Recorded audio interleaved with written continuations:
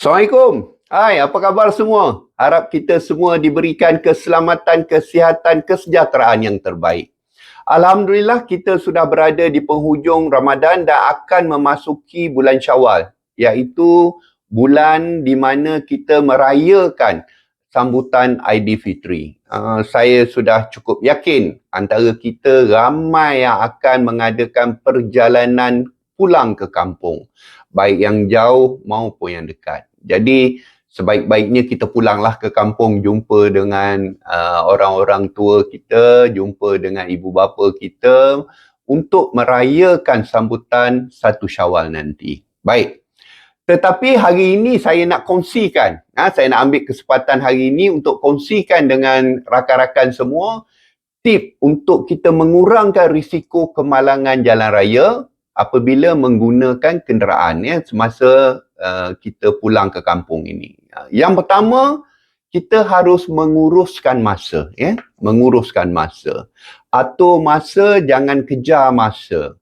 Yang penting kita sampai nanti kita dapat merayakan sambutan 1 Syawal bersama dengan keluarga yang kita sayangi. Yang kedua, pastikan kenderaan yang kita gunakan itu telah diselenggara dengan baik, telah dihantar servis, telah diperiksa bateri, tali kipas, radiator, lampu isyarat, lampu depan belakang. Ini penting terutamanya mereka yang ingin berjalan malam lampu itu mesti keadaan yang terbaik mesti menyala kesemuanya. Ada lampu kecemasan dan sebagainya. Ini semua kena cek dahulu sebelum kita mengadakan perjalanan tekanan angin tayar dan juga pastikan tayar spare juga mempunyai tekanan angin yang mencukupi. Brake pad, bunga tayar masih dalam keadaan baik. Ini semua perlu diberi perhatian. InsyaAllah, langkah yang terbaik biasanya kita hantar ke pusat servis dan kita servis kenderaan kita sebelum memulakan perjalanan yang jauh. Yang ketiga, pastikan tubuh badan kita dalam keadaan fit to drive. Cukup rehat, pastikan diri itu cergas dan jangan mengambil ubat-ubatan yang boleh menyebabkan kita ngantuk, ubat sesama, ubat batuk dan sebagainya. Sebab ini boleh mengganggu konsentrasi pemanduan kita. Seterusnya, jangan kita susun atur barang-barang bagasi ataupun beg-beg yang kita isi di dalam kenderaan itu jangan sampai ianya menutup penglihatan mata kita. Ni terutamanya mereka yang biasanya bawa banyak barang-barang ni disumbatnya di belakang tempat belakang cermin kereta tu sehingga tidak nampak kenderaan lain. Ini juga perlu diberi perhatian. Dan cek cuaca ataupun suasana persekitaran pada hari perjalanan itu. Cek cuaca. Kadang-kadang kita mengalami hujan lebat, kepanasan yang melampau. Jadi ini perlu diberi perhatian. Yang paling kita takut dan kritikal ialah hujan lebat yang boleh menyebabkan pemandangan kita atau penglihatan kita agak terbatas. Semasa perjalanan pula, jangan lupa untuk kita pakai tali pinggang keledar, bawa kenderaan dengan tenang, kawal emosi dan sebaik-baiknya sebagai seorang Muslim, kita mulakanlah perjalanan kita dengan membaca doa. Doa agar diberikan keselamatan dalam perjalanan kita. Subhanallazi sakhara lana hadza wa ma kunna lahu mukrimin wa inna ila rabbuna lamunqalibun. Yang ni kita kena bacalah.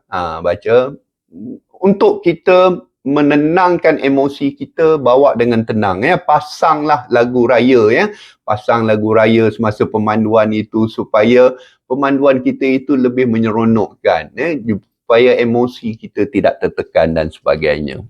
Seterusnya, semasa pemanduan juga patuhi segala isyarat pemanduan ya, lain-lain peraturan jalan raya, jangan potong queue. Ini semua perkara-perkara penting ni. Jangan langgar lampu isyarat, pastikan apabila kita nak menukar lorong itu, pastikan diberi lampu isyarat kanan dan kiri ya, mengikut kesesuaian, dan pandu di lorong yang betul. Jangan bawa perlahan pandu lorong kanan, yang bawa laju pandu lorong kiri dan sebagainya. Ini sebenarnya yang menyebabkan berlakunya kemalangan-kemalangan. Ya, kadang-kadang kecuaian 1-2 saat inilah yang menyebabkan kemalangan itu berlaku. Dan kalau mengantuk, of course kita perlu berhenti kenderaan kita, rehat. Dan kalau macam saya biasanya saya akan pergi ambil wuduk, solat 2 rakaat dan sebagainya. Kalau kita ada solat fardu, kita jamak, qada dan sebagainya. Itu penting bagi kita untuk merehatkan diri.